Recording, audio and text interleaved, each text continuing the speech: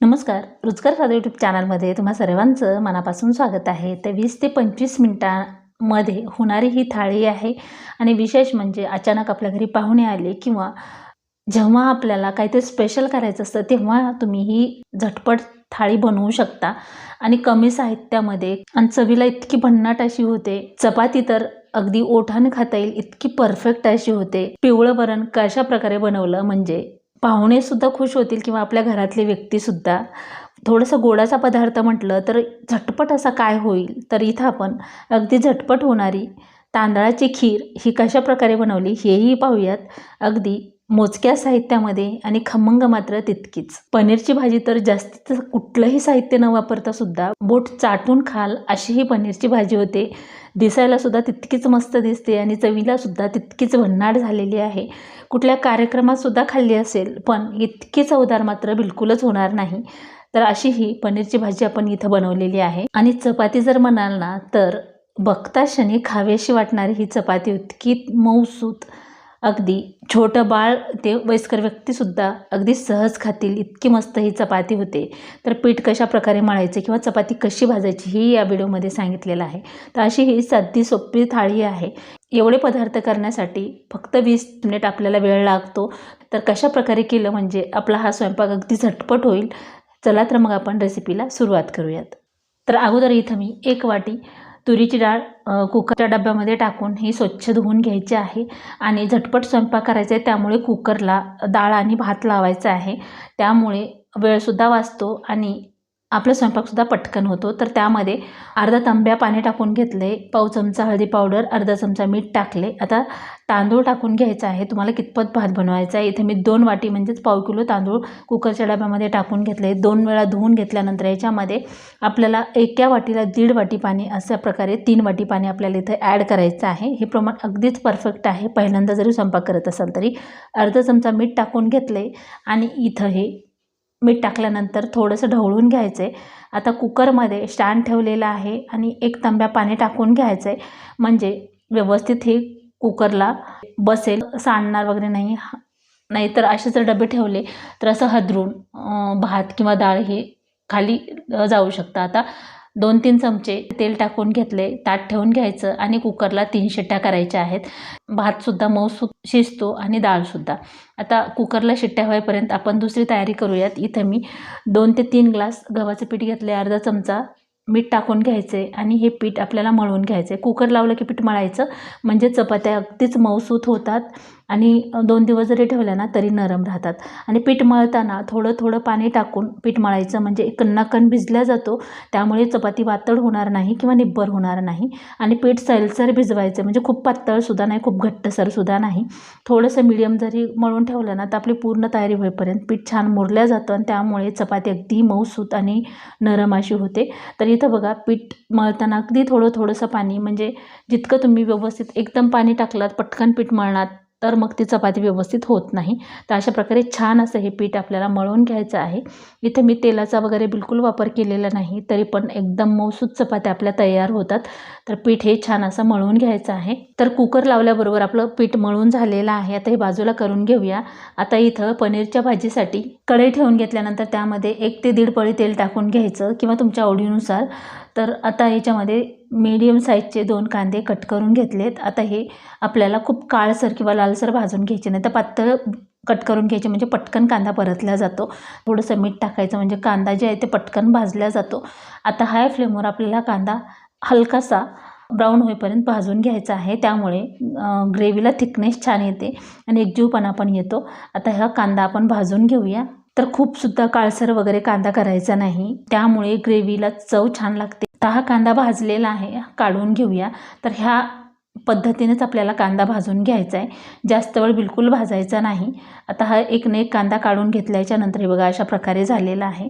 आता मिक्सरच्या भांड्यामध्ये 1 टमाटर असा कट करून घेऊन याची प्युरी तयार करायची आहे. आता ही प्युरी तयार झाल्यानंतर काढून घेऊया. इथं गावरान टमाटर होतं म्हणून मी 1च टमाटरचा वापर केला आहे. वैशाली असेल तर 2-3 टमाटर तुम्ही टाकू शकता. हे टमाटर जास्त टाकले तर आंबटपणा भाजीला जास्त येतो. आता इथं हा कांदा ह्या मिक्सरच्या भांड्यामध्ये टाकून घेऊयात. थोडा वेळ थंड करून घेतलेला आहे मी. आता याच्यामध्ये 3 ते 4 हिरवी मिरची टाकून घ्यायची, अर्धा इंच अद्रकचा तुकडा, 7 ते 8 लसणच्या पाकळ्या टाकून घ्यायच्या आहेत आणि आता याच्यामध्ये कोथिंबीर आणि कोथिंबीरीच्या काड्यासुद्धा टाकायच्या आणि 10-12 काजू याच्यामध्ये टाकून घ्यायचे किंवा काजूचे तुकडे जरी टाकले तरी चालतं। थोडंसं पाणी टाकून मिक्सरला छान फाईन अशी पेस्ट तयार करून घ्यायची। जितकी व्यवस्थित पेस्ट होईल हे बघा एकजीवपणा छान असा आलेला आहे। आता त्याच कढईमध्ये थोडंसं तेल होतं, परत त्याच्यामध्ये 1 ते 1.5 पळी तेल टाकून घेतले। परत त्यामध्ये जिरे किंवा मोहरी तुमच्या आवडीनुसार फोडणीसाठी टाकू शकता। जिरे छान तडतडले की परत त्याच्यामध्ये थोडेसे खडे मसाले एवढे टाकून घ्यायचे आहेत। खडे मसाले तुम्हाला टाकाय आवडत नसतील, मध्ये मध्ये लागत असेल, नाही टाकले तरी काही हरकत नाही। आता पहिल्यांदा ही प्युरी टाकून घ्यायची का तर ही कच्ची आहे।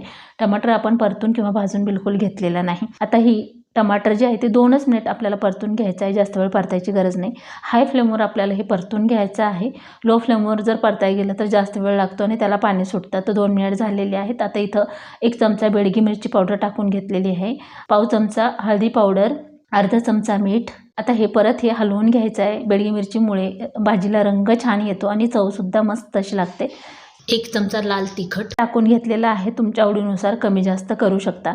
परत हे मसाले टाकल्यानंतर ना गॅस जी आहे ती लो फ्लेमवर करायचा आहे, नाही तर मसाले जे आहेत ते करपल्या जातील। तरी पण आपण टमाटरची प्युरी टाकलेली आहे। आता हे जी वाटण करून घेतलं होतं हे पूर्ण वाटण याच्यामध्ये टाकून घेतलेलं आहे। तर इथं तुम्हाला पनीरची भाजी कितपत बनवायची त्याच्यानुसार हे वाटण तुम्ही करून घेऊ शकता।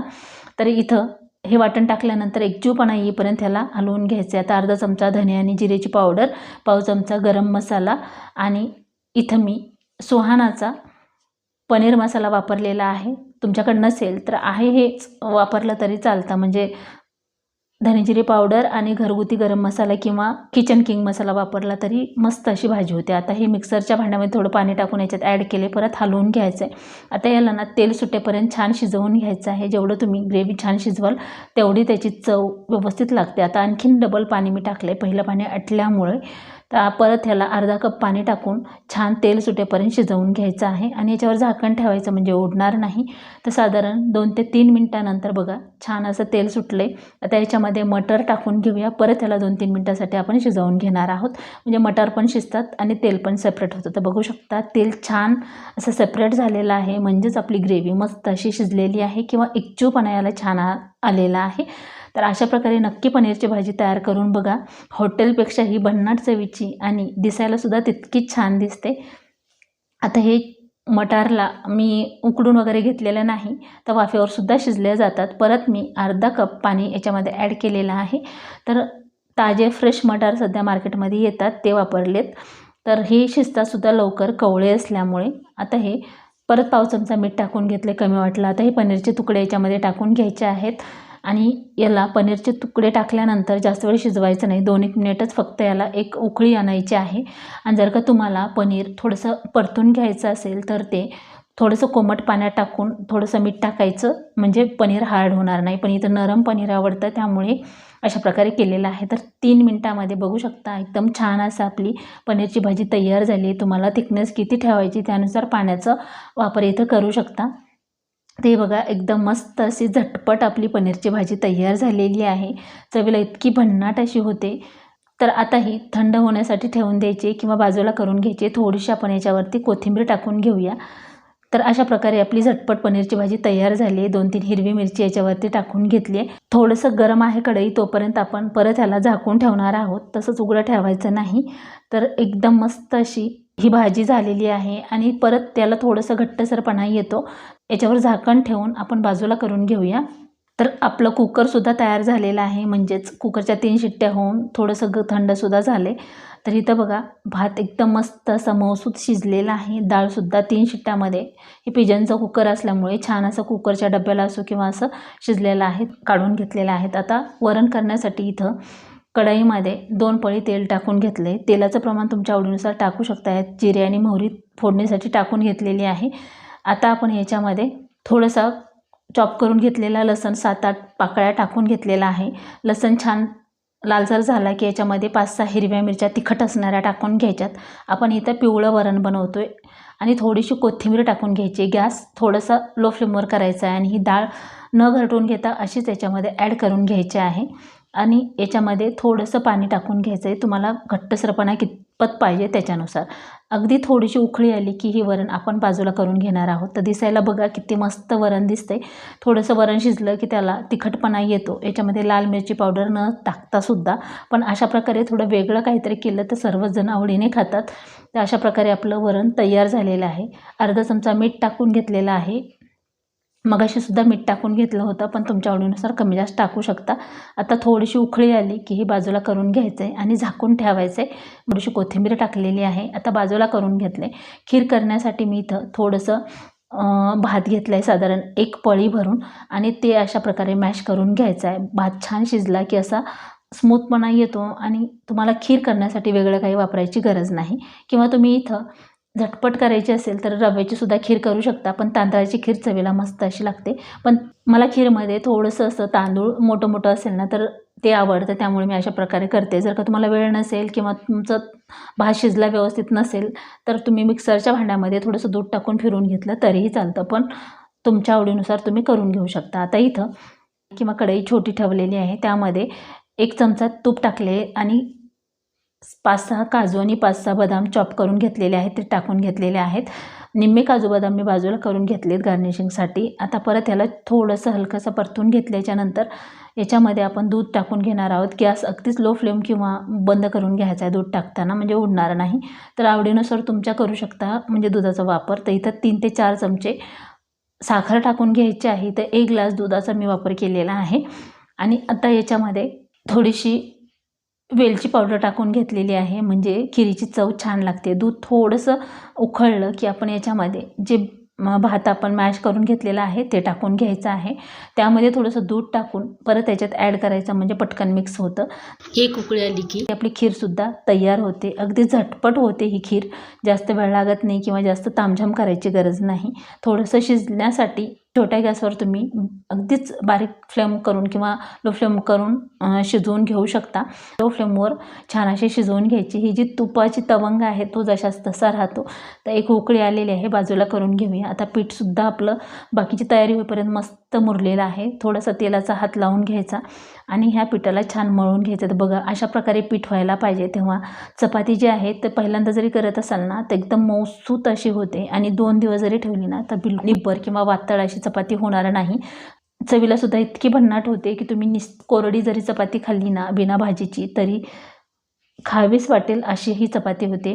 तर एक गोळा घेऊन कोरड्या पिठामध्ये बुडवून घ्यायचा आणि अशा प्रकारे अगदीच 2-3 लाटणे फिरवले की परत त्याला तेल लावून घ्यायचं आहे मध्ये. आपण जी की घडीची पोळी म्हणतो तशा प्रकारे. तर हे अशा प्रकारे पूर्ण तेल लावून घेतलं. थोडंसं पीठ भुरभरायचं म्हणजे पदर छान सुटतात, आणि परत दुसरी लेअर अशा प्रकारे करून घ्यायची. परत पीठ जे आहे ते भुरभुरायचं थोडंसं, आणि त्याच्यानंतर कोरड्या पिठामध्ये अशा प्रकारे बुडवून घ्यायचं आणि हातावर याचा उंडा तयार करायचा, म्हणजे एकसारखा लाटता येतो. किंवा असं जरी लाटून घेतलं तरी चालतं, पण प्रत्येक वेळी मी तरी असं करते, म्हणजे एकसारखी चपाती छान अशी लाटल्या जाते. आता हा उंडा तयार करून झाल्यानंतर चपाती करताना कधीही कडेकडेनं लाटून घ्यायची, म्हणजे त्याच्या कडा जाडसर होणार नाहीत किंवा असं निब्बर लागणार नाही चपाती. कडा लाटल्या की मध्ये चपाती एकदम छान अशी पदर सुटतात चपातीला आणि चवीला सुद्धा छान लागते. तर कडेनं लाटून घेतल्यानंतर शेवटी 2-3 लाटणे आपल्याला फक्त मध्ये फिरवायचे आहेत. तर हे बघा अशा प्रकारे चपाती आपण लाटून घेतली, आणि खूप असं प्रेस करून चपाती कधीच लाटायची नाही, नाहीतर मग ती चपाती फुगत नाही किंवा त्याला पापुद्रे छान सुटत नाहीत. हलक्या हाताने चपाती लाटून घ्यायची. एकसारखी चपाती लाटून झालेली आहे, बघू शकता. कुठं जाड कुठं पातळ बिलकुल झालेली नाही. तर अशा प्रकारे लाटून घेतल्याच्यानंतर तवा छान गरम करून घ्यायचा आहे. जरा जरी तवा गरम झाला नाही तर चपाती व्यवस्थित होत नाही. तर आता इथं हाय फ्लेम करून घेतले. चपाती भाजताना हाय फ्लेमवर भाजायची, म्हणजे ती वातळ होत नाही. थोडेसे बुडबुडे यासारखे वाटले की परत त्याला पलटून घ्यायचे आहे, आणि जोपर्यंत चपाती भाजत नाही तोपर्यंत हाय फ्लेमवरच भाजून घ्यायचे. आणि तुम्हाला प्रॅक्टिस असेल तर तुम्ही वरची चपाती थोडीशी भाजीपर्यंत खाली पोळीपाटवर चपाती तयार करून घेऊ शकता. पण पहिल्यांदा करत असाल तर तव्यावरची चपाती पूर्ण भाजून घ्यायची आणि गॅस मिडियम करायचा किंवा लो करायचा, आणि त्याच्यानंतर खालची चपाती तयार निम्मी होत आली की गॅस मोठा करायचा, म्हणजे चपाती टाकेपर्यंत गॅस जी आहे ती म्हणजे मोठा असल्यामुळे तवा व्यवस्थित गरम होतो, म्हणजे चपाती वातड होणार नाही. तर आता इथं मी तेल लावून घेऊन बघा छान चपाती आपली भाजून झालेली आहे. दिसायलासुद्धा बघा किती मस्त अशी चपाती दिसते आणि छान अशी फुललेसुद्धा जाते. तर ही चपाती छोटे मुलं तर खूप आवडीने खातात. त्यांना भाजी किंवा त्याच्यासोबत काही असलं किंवा नसलं काही फरक पडत नाही. तर एकदम नरम आणि मस्त ही चपाती आपली झालेली आहे. चपाती भाजताना फिरवून फिरवून व्यवस्थित अशी भाजून घ्यायची, कुठेही कच्ची राहिली नाही पाहिजे. एकसारखी चपाती भाजल्यामुळे चवीलासुद्धा खमंग अशी लागते आणि दिसायसुद्धा छान दिसते. त्या पहिल्यांदा जरी करत असाल तर बारीक सारीक गोष्टी मी या व्हिडिओमध्ये सांगितलेल्या आहेत. हे बघा एकदम मस्त अशी चपाती आपली भाजून झाली. तर भाजताना बघा अशा प्रकारे जर भाजली तर दिसायसुद्धा सुरेख आणि मस्त दिसते. हे बघा अगदी लहान गोळा ह्या चपातीचा तयार होतो आणि टोपलीमध्ये टाकल्यानंतर लगेच त्यावरती एखादा बटर पेपर टाकून घ्यायचा आणि एक ताट ठेवायचं, म्हणजे चपातीची वाफ नाही गेल्यामुळे चपाती नरम राहते. दुसरी चपाती आता आपण लाटून घेऊया आणि अशाच प्रकारे सर्व चपात्या आपण तयार करून घ्यायच्या आहेत. जेव्हा तुम्ही पीठ व्यवस्थित मळून घेता तेव्हाच चपाती परफेक्ट अशी होते. चपातीचं पीठच व्यवस्थित मळलं नाही तर नंतर तुम्ही काहीही केलं तरी चपाती मऊसूत बिलकुल होत नाही. तर ही चपाती बघा एकदम छान अशी दिसते सुद्धा आणि एकदम छान अशी फुगते, म्हणजे असं चिकटून वगैरे राहत नाही. त्यामुळे पापुद्रा छान येतो चपातीला. हाय फ्लेमवरच ही भाजून घ्यायची आहे. एकूण एक चपाती मोठ्या गॅसवर भाजल्यामुळे पटकन भाजल्या जाते आणि ती वातड होत नाही. लो फ्लेमवर मिडियम गॅसवर भाजली की वातड होते, खूप वेळ लागतं भाजायला. तर बघू शकता चपाती किती छान फुगलेली आहे. आता याला तेल लावून घेऊया. तुम्ही इथं तुपाचा सुद्धा वापर करू शकता. तर तेल लावल्याच्या नंतर छान अशी भाजून घ्यायची आहे. तर अशा प्रकारे सर्व चपात्या आपण तयार करून घेऊया. तर अशाच प्रकारे सर्व चपात्या आपल्या तयार करून झालेल्या आहेत. एकूण एक चपाती एकसारखी होते आणि दिसायलासुद्धा तितकेच सुरेख होतात. तर आता प्लेटिंग करून घेऊया. पिवळं वरण किंवा पिवळी डाळ, ही डाळ अगदी छोटे मुलं तर आवडीने खातात किंवा मोठ्यांनासुद्धा खूप आवडेल इतकी भन्नाट अशी झालेली आहे. खीरसुद्धा एकदम दाटसर आणि चवीला भन्नाट अशी झालेली आहे. तीही अगदी कमी वेळात आणि कमी साहित्यामध्ये. मऊसूत भात तयार झालेला आहे, तेही ठेवून घेऊया. भातावर वरण सोडून घेऊया. मटार पनीर तितकं भन्नाट चवीला झालेलं आहे.